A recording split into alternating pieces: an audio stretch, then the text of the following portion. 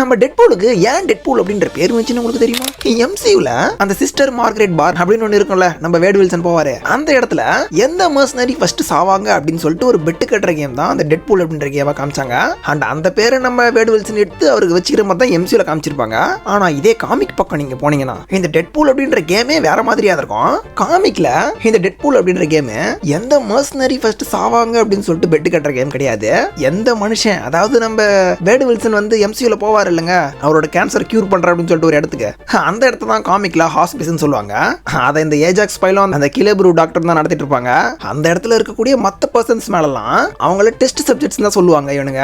அவங்க மேல அந்த ஹாஸ்பிஸ்ல இருக்கக்கூடிய ஸ்டாஃப்ஸ், இந்த ஏஜாக்ஸ் பைய இவனுங்கெல்லாம் சேர்ந்து இதுல யாரு முதல்ல அதிகமா டார்ச்சர் அனுபவிச்சு சாவானுங்க அப்படின்னு சொல்லிட்டு அவனுங்க மேல பெட்டு கட்டி விளையாடுற ஒரு விளையாட்டு தான் காமிக்ல டெட்பூல். அண்ட் இந்த காமிக்லயும் அதிகமா நம்ம வேட் வில்சன் மேல தான் பெட்டு கட்டிருப்பாங்க.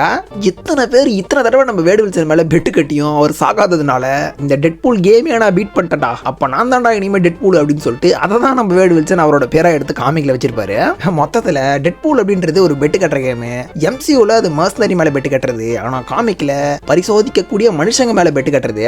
அண்ட் இந்த டெட்பூல் கேமை பத்தி நீங்க காமிக்ல போய் பார்க்கணும்னு நினைச்சு டெட்பூல் ஆரிஜின் காமிக் போய் புரட்டி பார்த்தீங்கன்னா அதுல கிடைக்காது. நானே அதை பல மணி நேரமா புரட்டி பார்த்துட்டு அது கிடைக்கல அப்படின்னு சொல்லிட்டு ரொம்ப நேரமா தேடி அண்ட் கடைசியா டெட்பூல் அண்ட் டெத் காமிக்ல தான் இந்த டெட்பூல் கேமை பத்தியே போட்டுருச்சு.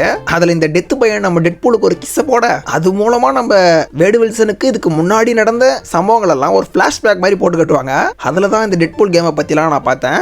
நான் இதெல்லாம் எதுக்கு உட்காந்து சொல்லிட்டு இருக்கேன்னா, அப்புறமா கமெண்ட் செக்ஷன்ல நம்ம பையலுங்க வந்து ஐயோ இதெல்லாம் எந்த காமிக்கலையா இருக்கு, ஆரிஜின் ஸ்டோரியில நீ சொல்ற கதையா இல்லையா அப்படி இப்படின்னு கேட்டுட்டு இருப்பாங்க. அதுக்கு தான் உட்காந்து சொல்லிட்டு இருக்கேன்.